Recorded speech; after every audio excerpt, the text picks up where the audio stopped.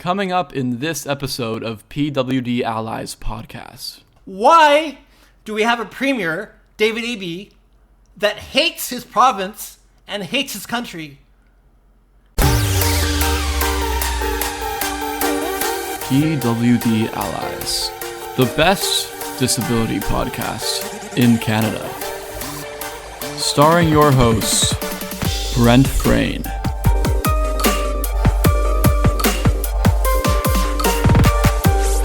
And as always, his producer and editor, Neil Matheson.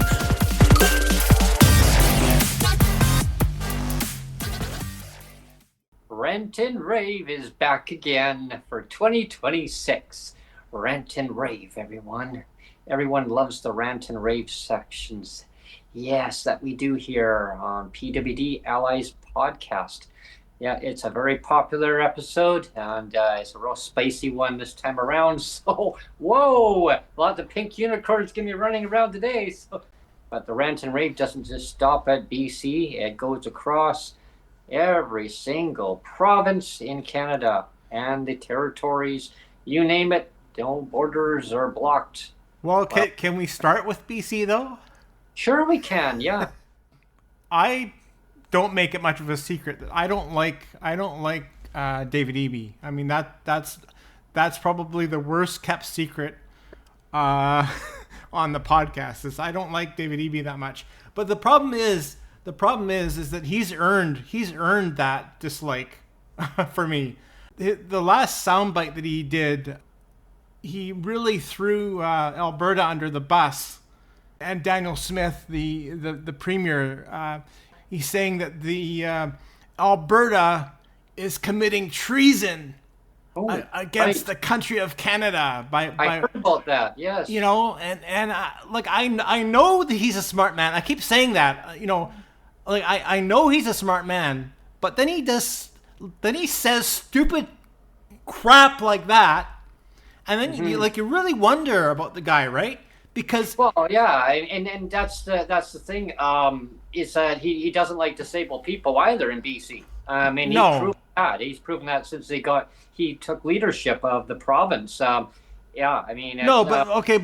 let's stick with the treason thing for now, because that really bothers me. Like that actually, when he said the word treason, that actually got my blood boiling, because you know why?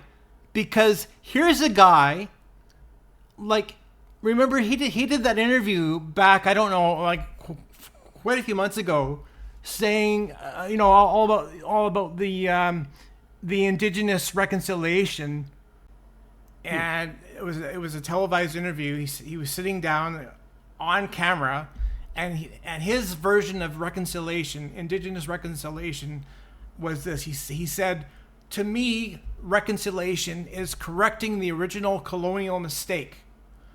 It's all about correcting the original colonial mistake." Those words, those are heavy words, right?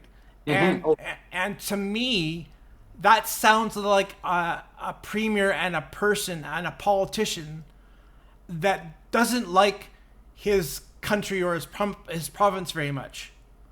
Like when you're saying that your country and your province is a mistake. Wow. That Confederation was a mistake. That sounds a lot to me like somebody that hates their country and hates their province. Why do we have a premier, David Eby, that hates his province and hates his country?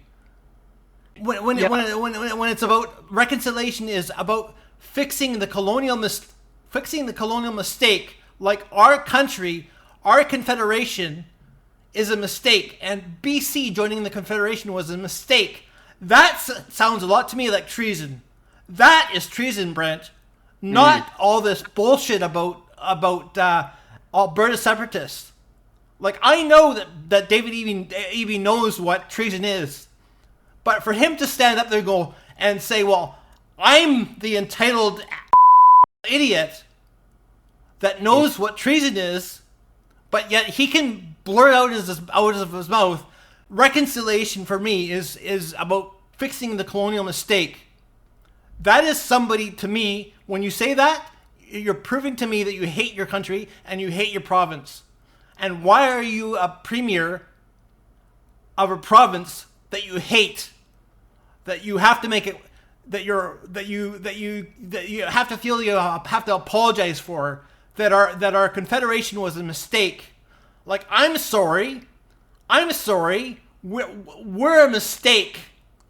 I have to fix this colonial mistake. I'm sorry. Let me apologize over and over and over again.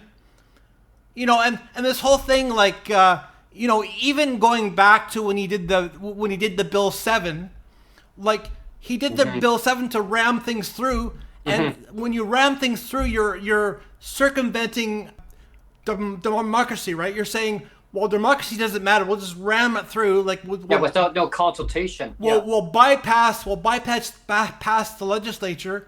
We won't have any. We won't talk about it. Yeah, no debates or no nothing. When you undermine democracy, that is treason too. And this whole idea about ramming through reconciliation, they rammed through reconciliation with no consultation. It was like, he did the whole change of the Interpretation Act, and what was it, Brent? They debated on it for 14 minutes. Yeah, 14 minutes. 14. That's it, everybody. 14 minutes, Brent. That to me sounds a lot like treason to me. Yeah. When you say, I'm only going to debate something for 14 minutes. The whole province. I mean, it really affects everything in 14 minutes. Yeah, that's it. And wow. I know I'm blowing a gasket, but I mean, he has to get real and really understand what treason is, because that pissed me off. That seriously pissed me off. That this man should be a smart man, but he has no idea what treason is. Yet he can throw his own country and province under the bus over and over and over again, like running it over again. And then he has the gall to say he knows what treason is. Excuse me, you have no idea. You have no idea. Step down. You've done so much damage to the province and the country. Step down. Step down. He's an embarrassment. He's an embarrassment, Brent. Yeah, it's well, I mean, one of the things that we talked about a lot on the podcast is who was the worst premier in British Columbia. I mean, he is hands down now. Hands down. We used to say that Mike Harcourt, he hated disabled people so much that he called them cheats, varmints, and deadbeats. Mike Harcourt. Well, I mean, David Eby, since he's taken over as leader, I mean, he's done absolutely nothing. Every excuse not to raise the rates. I mean, really, people living in legislative poverty, David. I mean, wow. Then you take a telephone interview asking people to call in. I still remember that. Have you looked at the earnings exemptions? We raised that. I mean, if you haven't looked at getting a job, maybe you might want to look at that. I mean, no, I didn't ask about that. I asked about when you were going to be raising the frickin' rates, because my corporate manager kept asking me year after year, hey, did the government give a rate increase? No, why not? Well, you know what? Cost of living goes up. There's been nothing, like no announcement in the budget about taking care of people during a crisis, affordability crisis. Yeah. Nothing. Zero, everybody. Yeah. The biggest grievous thing is of course, the $500 a month for a shelter. I mean, check over your shoulder, Brent, at the pink unicorn. The pink unicorn is mocking you right now. It's mocking you. Exactly. Saying, ha, here's $500. Go find a place to rent for $500, Brent. Yeah, you can't rent anywhere for $500 frickin' dollars in BC or anywhere in Canada or anywhere anywhere in North America. Really, the idea that you have a shelter rate pinned at $500 a month. Oh yeah, that's insulting. That's insulting. Putting that shelter portion in, they need to abolish it, get it right out of it. That's old school. It's not working. It's really causing a lot of harm, and it caused a lot of hardship for families and people with lived experience, people who are on the system of income assistance and disability assistance. By putting that in, if you don't have an actual address that you can actually say that you're living at, you don't get that. You don't get that new $500 shelter allowance. Yeah. You just do $375. Wow. So now you have to live on $983.50. Well, so so now you go and stay somewhere because you can now afford market rent. Well, when I say you go to stay somewhere, you can stay somewhere in a shelter maybe, or you're homeless. Yeah. But you go to a corporate landlord and you say, well, can you rent to me? Well, what is your income? Well, it's $983.50 right now, but if you rent to me, I'll get another $500. And now he's putting red flags up to that corporate manager. Yeah. Can we remind the minister right now, Sheila Malcolmson, that her ministry is actually called the Ministry of Poverty Reduction? When you have a ministry that actually has the words poverty reduction in it, and yet, like you just said, if you can't prove that you have an address, that somehow your poverty is even more forced upon you. Like, let's take your poverty and like amp it up, like turn it up to 11. We'll turn it up to 11. That's poverty reduction for you. By amping up the poverty, like is that poverty reduction, Brent? Is that what you call the poverty? I don't think so. I don't think so. Poverty escalation is what it is. That's what they should rename the ministry. Poverty escalation. Poverty escalation. Yes. Oh, absolutely. That is being truthful to the unicorn behind your head, Brent. Well, yeah, the unicorn would totally agree with me on that. And actually, I see it nodding. It's nodding its head right now. It's saying yes. Poverty escalation. You're right, Brent and Neil. And the unicorn. I mean, if you see it, everybody, the unicorn here probably has big red flags up there saying, yeah, ding, ding, ding, ding, ding. Yeah, they basically corporations are all saying, oh, so if I rent to you, you're going to get another $500. What are you going to live on? I'm sorry, you can't even rent here for that whole check. Oh, how are you going to pay for hydro? Oh, well, as long as I got a roof over my head. Well, the fridge is there, but you can't. The lights are not going to work. Your hydro's not going to work. You need tenant insurance. You need to basically buy food. You need to. Oh, well, now you can go to the food bank. Oh, really? Oh, you can come to the ministry and ask for a crisis supplement. Oh, I'm sorry, it can't be a pre-existing problem. Meanwhile, the same minister tells people to go to the food bank or go to the ministry's office, their own government office, and ask for a crisis supplement. Really? $50 a month. But then you got to beg and plead for $50 a month. But if it was already a pre-existing problem, saying you know that you're going to be short on your income, because we know that we're not going to increase the rates. So you already know that's a pre-existing problem. So you go in there and you say, I need $50. The minister said, please, no, sir, can I have some more? Please, sir, can I have some more? Excuse me, sir, can I please have some more? Can I please have $50? Can you please put it onto my monthly check? No, sorry, can't do that. It's a crisis. Budget better, Brent. Budget better. It's income means tested. You can't find anything to rent for $500 a month, Brent? Nowhere. What's wrong with you? Something's wrong with you, Brent. Surely you can find a place for $500 a month. Something is wrong with you, Sonia.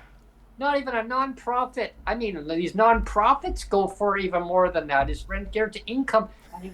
You can't even stay in a hostel. I mean, my God, and then the government wonders, why are so many people homeless on the streets? You know what else is hostile, Brent? PWD income assistance is pretty hostile. Oh my gosh, their rates are big. I mean, we thought the disability $1483.50, right? Oh, that's pretty hostile. Their rates are beyond unacceptable. I mean, they were not even acceptable before.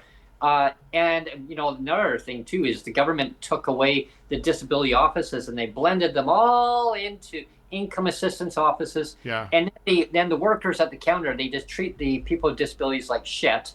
Yeah. They question them. They grill you. I mean, you want just a supplement of any kind. I mean, a clothing supplement once a year. I mean, oh wow, live better. I mean, do better, budget better. Like you have to beg. Like we have to beg for. I mean, I'm sorry. Like I don't want to beg. I don't want to beg for anything. I mean, put it onto a person's check. I mean, my God, and get rid of these 5-week months. I mean, that is just beyond terrible. We just finished going through, everybody, 2 months in a row of 5-week months. Well, I want David Eby to start begging for his paychecks.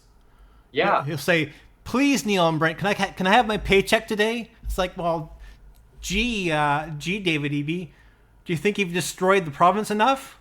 Yeah, you think you've earned your paycheck by undermining democracy and undermining our whole society of fee simple property title?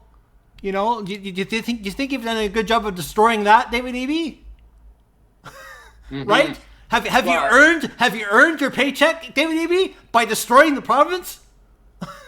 Now the court system's saying, well, that's the information that we're going upon because that's what the government passed in the law. So yeah, that's what David Eby passed. Yeah, and now it's our new interpretive lens. Yeah, now they're saying, "Oh, that's not what I meant. That's not what I meant." DRIPA is now the interpretive lens through every single piece of legislation now, Brett.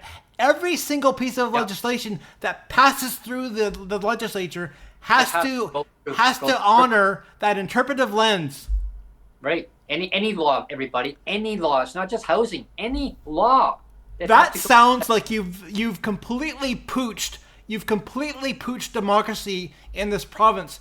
When you completely pooch democracy in a province, Brent, what's another word for that? What's another word for that, Brent? I think the word for that is treason, Brent. I think the word for that is treason. And then people wonder why people were leaving British Columbia. If there was a way that all PWD could leave British Columbia and go to another province, I don't know. Any other province is any better. I don't know. No, definitely. I'm a proud Canadian, and I love this country. I love this country. I have always loved this country. I love BC, but I'm getting serious. I'm getting to the point now that I'm like, if I could, I would pack up and leave now, because it is. Like, David Eby has ruined the province, and he's ruining the country. Yeah, he really is. He really is. With that being said, I mean, like I've talked to Sonia, we're seriously thinking about the same thing. Like, seriously thinking about leaving BC. And just packing up. We're kind of being silly right now, but I'm talking to my wife about, like, maybe we should just all move to the Philippines, or Singapore or something, somewhere where people were treated with a lot more dignity. Yeah, we're gonna put on rose-colored glasses right now, and I mean, maybe I'll put these rose-colored. I'll edit them in or something. I don't know, but you know what? Like, put some horse on me too. Like I grew up in the 60s, 70s, 80s, and I know you did too. And I mean, we can all wax fantastic about how wonderful it was in the 60s, 70s, and 80s to grow up. 1980s were the best, though. Yeah, I mean, and you really loved Canada at that point, right? You really understood what I mean, let's go back to, remember, it was you had people like Terry Fox. Back in 81, 88, was it 81, 82? I think he died in 82. I might have that a little bit wrong, but 1980, I believe it 1980. Might have been 81 And anyway, like that person right there, Terry Fox, he embodied Canada to an nth degree, right? And I was so proud to be Canadian. I was so proud of my province, British Columbia.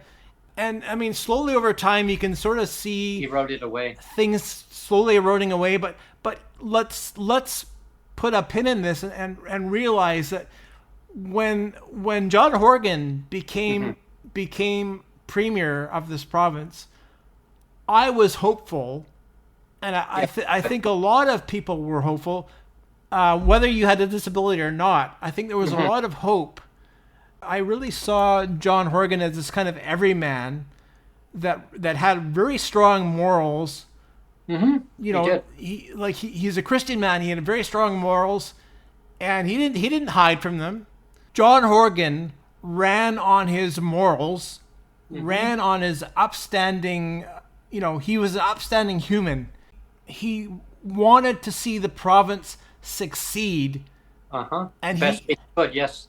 The best way he could. He wanted to see the province succeed in the best way it could. But for Eby, it's all about me, myself, and I. It's like, what can I do to benefit myself? The very first thing he did when he became premier, Brent, and let's remember, he only won by one seat. He only won by one seat. 22 votes. And what was the first thing he did? The first thing he did was he bribed the government with $60,000 plus of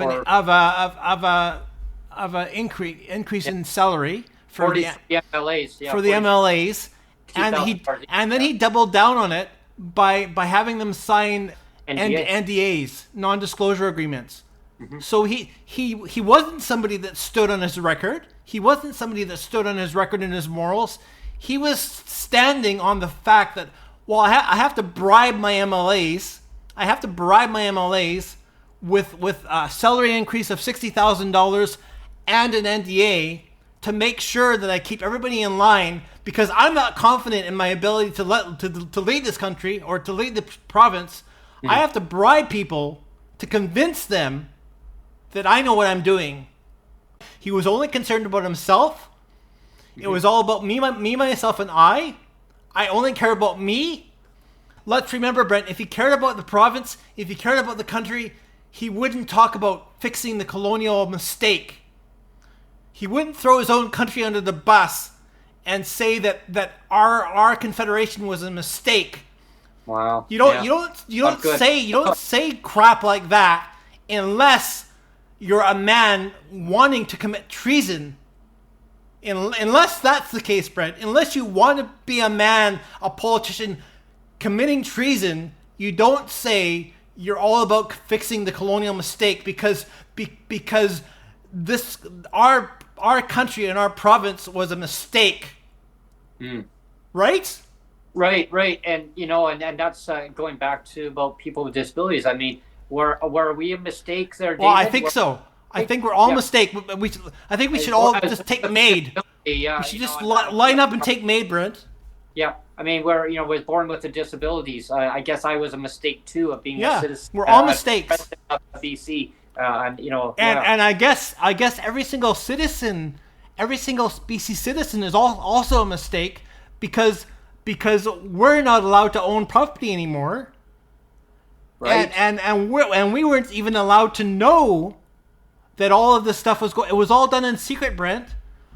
All our democracy, all our so-called democracy, where every vote's supposed to matter, 95% of all of the voters in this province were held captive in the dark. Ooh, and democracy was completely subverted. And what happened? What is the definition of that, Brent? When you completely subvert the democracy on purpose because you hate your country. That sounds a lot like treason to me, Brent. Yeah, it's definitely not a good look.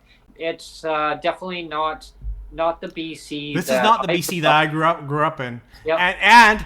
And to put a finer point on it, this is not the BC that John Horgan inherited as premier. Exactly. This is not anywhere close to the BC that John Horgan inherited as premier. Yeah, I had a bad dream last night. It startled me. I woke up and I actually had shivers. Everybody, I had shivers for a moment. It was a dream that, I was doing a podcast. It was actually odd that I was doing a podcast and we were rehearsing and pretending we were different MLAs, that one segment. And we were laughing, and then all of a sudden there was the a Zoom link, right? Because we launched it by Zoom, everybody, and so somehow one of the politicians was able to get a hold of that Zoom link, and it was Mike Harcourt had came on. And he says, I still don't like disabled people in the province. They're cheats, varmints, and deadbeats. and I will do anything I can to make sure that I save the province more money, because I want more money in my bank account than people with disabilities, because they're not citizens, they're not residents, and that's why we want to split up the province. We want the province to basically become its own, so I can have full control over it. I don't have to wait for Ottawa, and I can cut everything back, because we want to become our own little country. And I thought, I said, you little bugger. And then David came on at the same time, and Christy Clark came on, and Gordon Campbell came on. They all started coming on, and they were all congratulating Miss House, I guess. Yeah, and they were pushing me down, and they were like, the one had his knee on my back of my neck, and I said, get the fuck off me right now. Pardon me, I don't mean to swear on the podcast, but I said, get off me. I said, I'm done. I'm done with you guys. I'm done with you guys. Start respecting me for who I am. And then all of a sudden, some doctor was standing there going, Brent, put his hand on my forehead. You're healed, Brent. You're healed. I'm a doctor. And then did you fall backwards? I actually did. That's where woke up. No, I actually woke up, and I remember falling backwards, and I kept falling backwards. That's what freaked me out. I kept falling backwards and backwards, and I was like, whoa, and I was losing control, and then somehow I grabbed the microphone. I was flying in the air. I grabbed the microphone, and I said, I'm here. I'm here, everybody. I'm back again. Oh, wow. And I said, you know what? I can't let them get the better of me. Well, you know what, Brent? I love that dream, and I love it so much. Let's end on that. Yeah. You've put a little bow on this whole episode by sharing your dream, and I just want to end on that note. Yeah. And let's punch out with that, because it was great. Anyway, thank you everybody for tuning in. Okay. Stay tuned. Bye, everyone.